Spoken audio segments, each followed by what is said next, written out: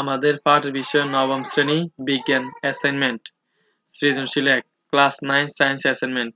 মূলত এখানে বিজ্ঞানের একটাই সৃজনশীল প্রশ্ন অ্যাসাইনমেন্ট হিসেবে দিছে।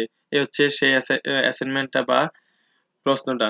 তো আমরা এখানে অ্যাসাইনমেন্টটা সৃজনশীল যেহেতু এখানে উদ্দীপক আছে। উদ্দীপকটা হচ্ছে খোকন একজন দক্ষ অত্যন্ত পরিশ্রমী ফুটবল খেলোয়াড়। তার ওজন হচ্ছে ৬৮ কেজি এবং উচ্চতা হচ্ছে ১৭০ সেন্টিমিটার। সে কি করে এখানে সে রুটি হবে, আলাদা হবে রুটি শব্দ। সে রুটি, আলু, বাদাম, ডিমের কুসুম এই ১, ২, ৩, ৪ টা খাবার সে পছন্দ করে।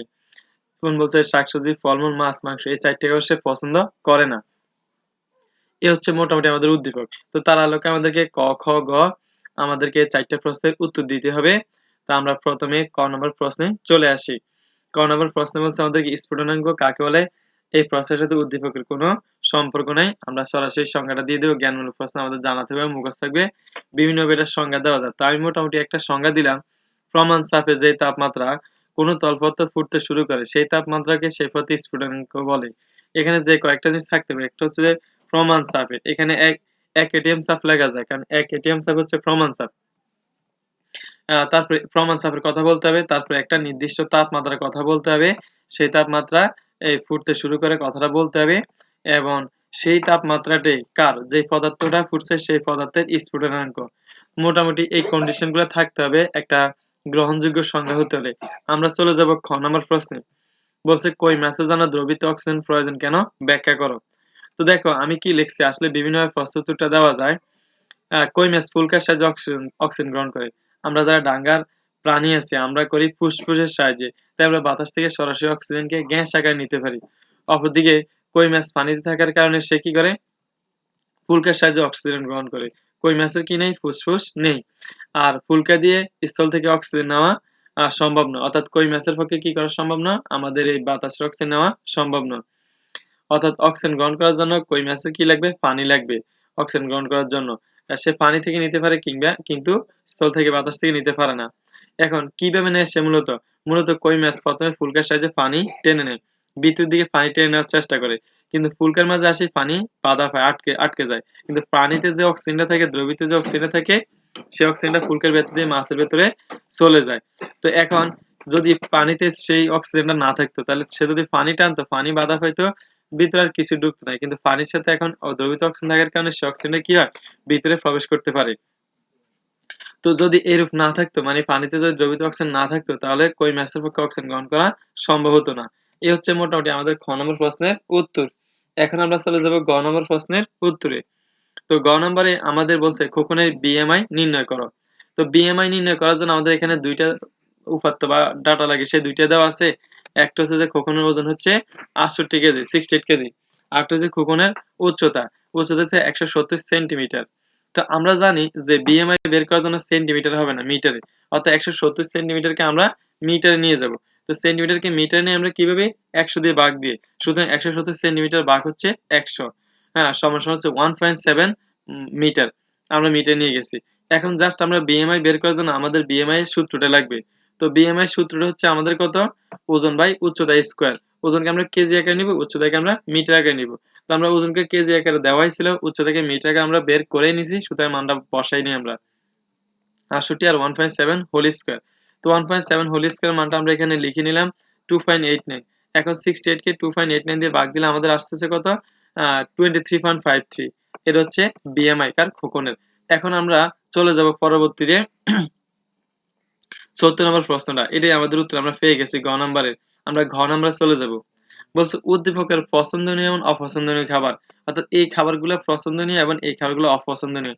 এই দুইটা খাবারগুলো খোকনের শারীরিক দক্ষতা অটুট রাখতে কি ধরনের ভূমিকা পালন করে বিশ্লেষণ করো।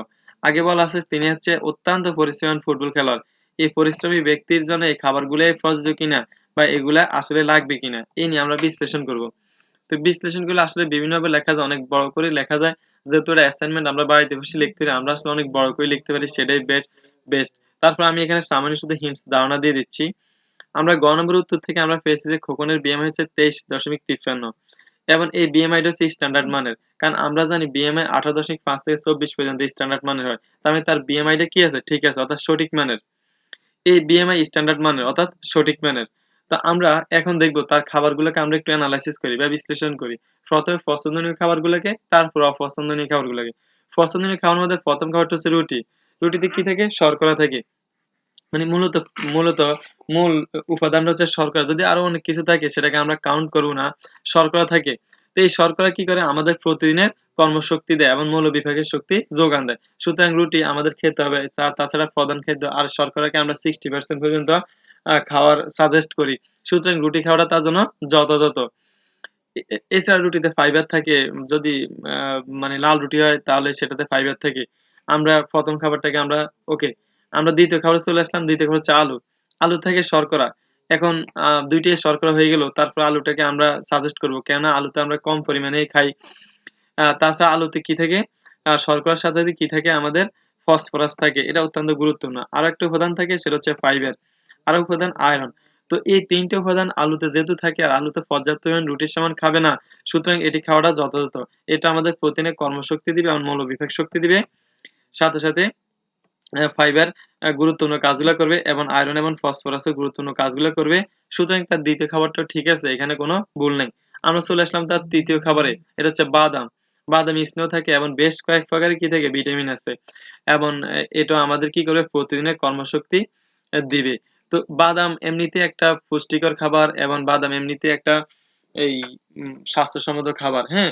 সারা বিশ্বব্যাপী সেরা একটা খাবার বাদাম। তো স্বাভাবিকভাবে আমরা এই বাদাম খাওয়াটাকে যথাযথ মনে করি এবং তার বাদাম খাওয়াটা ঠিক আছে।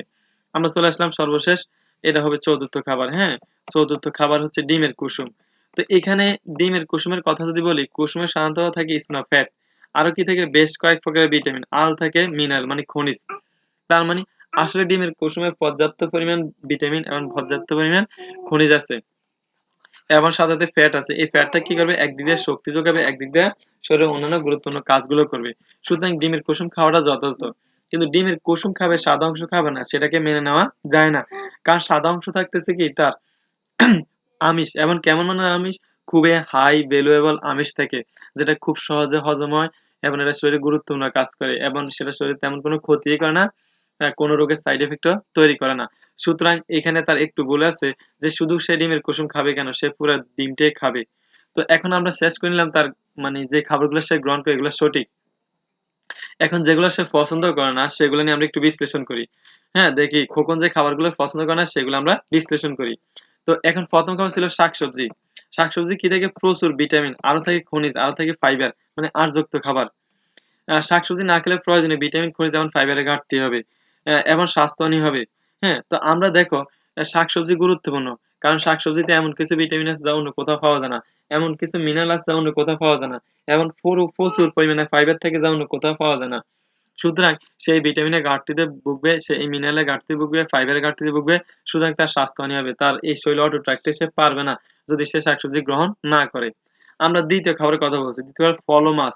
১ম এ ফলের কথা বলি। ফলমূলে কি থাকে? প্রচুর পরিমাণ ভিটামিন থাকে। আরো কি থাকে? খনিজ, আরো থাকে কি ফাইবার এবং আরো থাকে পানি। গুরুত্বপূর্ণ। কারণ একেকটা ফলে একেকটা ভিটামিন থাকে, একেকটা খনিজ থাকে, একেকটা আম মানে কিছু, কিছু খাবারে পর্যাপ্ত পরিমাণ পানি থাকে। যেমন আপেলে 90% তারপরে 95% পর্যন্ত তরমুজ থাকে, 90 থেকে প্লাস পার্সেন্ট নাশপাতি থেকে, আনারসে থাকে 90% এর উপরে। এইভাবে এই পানিটা অত্যন্ত গুরুত্বপূর্ণ এবং বিশুদ্ধ পানি। তো এখন এই ফলমূল না খেলে সে ওই পর্যাপ্ত এবং গুরুত্বপূর্ণ এবং প্রয়োজনীয় ভিটামিন এবং খনিজগুলো সে পাবে না। সুতরাং এটার কারণেও তার স্বাস্থ্যহানি ঘটবে। হ্যাঁ? ফলমূল না খেলে প্রয়োজনীয় ভিটামিন, খনিজ এবং ফাইবারের ঘাটতি হবে। সুতরাং তার স্বাস্থ্য অটুট রাখা সম্ভব হবে না। এরপর ফল ও মাছ যে কথা ছিল, মাছের কথা বললাম। মাছ হচ্ছে আমিষ জাতীয় খাবার। এছাড়া মাছের মধ্যে স্নেহ থাকে, মানে তেল থাকে যেটাকে মাছ তেল বলি। এছাড়া ওমেগা ফ্যাট 3 থাকে যেটা আর কোথাও পাওয়া যায় না। যেটা স্বাস্থ্যের জন্য গুরুত্বপূর্ণ। এছাড়া ভিটামিন থেকে প্রায় ভিটামিন এর সেরা একটা উৎস হচ্ছে মাছ। হ্যাঁ? এবং আমিষের সেরা হচ্ছে মাছ।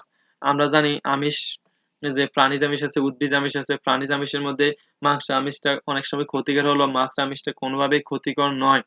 তো এছাড়া সমুদ্রের মাছ হলে সেখানে আয়োডিন থাকবে, আরো গুরুত্বপূর্ণ কিছু খনিজও থাকবে, হ্যাঁ? তো সুতরাং এই মাছ না খেলেও সে কি করবে? এগুলার ঘাটতিতে ভুগবে এবং মাছে যা পাওয়া যাবে এটা অন্য কোনোভাবে পূরণ করা সম্ভব নয়। তার স্বাস্থ্য ক্ষতিগ্রস্ত হবে, তার স্বাস্থ্যকে সে অটুট রাখতে পারবে না। আমরা সর্বশেষ খাবারে চলে আসি। শেষ খাবার হচ্ছে মাংস। আসলে মাংসকে অনেকে গুরুত্ব মনে করে না। কিন্তু মাংস অনেক গুরুত্বপূর্ণ। কারণ মাংস থেকে প্রচুর আমিষ এবং স্নেহ। যেমন মাংসের খাদ্য মান অনেক উঁচু। মানে অর্থাৎ এটাতে প্রচুর পরিমাণ ক্যালোরি একত্রে পাওয়া যায়। হ্যাঁ? এবং এই প্রাণীজ আমিষ এবং প্রাণীজ স্নেহের সেরা উৎস হচ্ছে মাংস। মাংসতে যত বেশি আমিষ পাওয়া যায়, যত বেশি স্নেহ পাওয়া যায়, এটা কোনো খাবারে এত কম পরিমাণ খাবারে এত বেশি পরিমাণে আর পাওয়া যায় না। প্রচুর কর্মশক্তি দেয় এবং প্রচুর আমাদের তাপশক্তি দেয়। সাথে, সাথে আমাদের শরীরের গঠন উপযোগী সবকিছু আমাদেরকে দেয়। সুতরাং মাংস আমাদেরকে খেতেই হবে। হ্যাঁ? মাংস গুরুত্বপূর্ণ। তবে অনেক ক্ষেত্রে কিছু সাইড ইফেক্ট তৈরি করে, সেক্ষেত্রে আমরা বাছাই করে মাংস খেলে আমাদের জন্য ভালো হবে। এই কথা বলা আছে, এটি না খেলে বিশাল পুষ্টি ঘাটতিতে থেকে যাবে। তা আমরা দেখেছি খোকনের স্বাস্থ্য অনেক ভালো। কেন কোথায় দেখছি? যে তার BMI টা স্ট্যান্ডার্ড মানের। কিন্তু খাওয়া-দাওয়া তার সঠিক নয়। তার খাবারের প্রয়োজনে আমিষ, স্নেহ, ভিটামিন, খনিজ এগুলা সঠিক নয়। তার খাবারে আমিষ, স্নেহ, ভিটামিন, খনিজ এগুলা কি নেই? এবং ফাইবার ঠিকমতো নাই। তাই তার স্বাস্থ্য অটুট থাকবে না। সে দ্রুত অসুস্থ হয়ে যাবে। যে খাবারগুলা পছন্দ করে না সেগুলো তার স্বাস্থ্য জন্য গুরুত্বপূর্ণ। তাই স্বাস্থ্য ঠিক রাখার জন্য নিচের খাবারগুলোকেও তাকে গ্রহণ করতে হবে। তো আমরা মোটামুটিভাবে আমাদের মতো করে আলোচনা করলাম। তো এই একই প্রশ্নের উত্তর বিভিন্নভাবে দেওয়া যায় এবং এই প্রশ্নের উত্তর বহুভাবে দেওয়া যাবে। আমরা যারা এটা দেখে অ্যাসাইনমেন্ট লিখবো, তারা আসলে এটাকে হুবহুব মানে কপি করব না। জাস্ট এটাকে ফলো করব। এবং এরকম প্রশ্ন আবার সৃজনশীল প্রশ্ন আকারে আমাদের এসএ পরীক্ষাতেও আসতে পারে। শুধু আমরা প্র্যাকটিস করব। আশা করি এইভাবে প্র্যাকটিস করলে আমরা ভালো করতে পারবো। আমার ক্লাসটা আমি এখানে শেষ করলাম। ধন্যবাদ সবাইকে।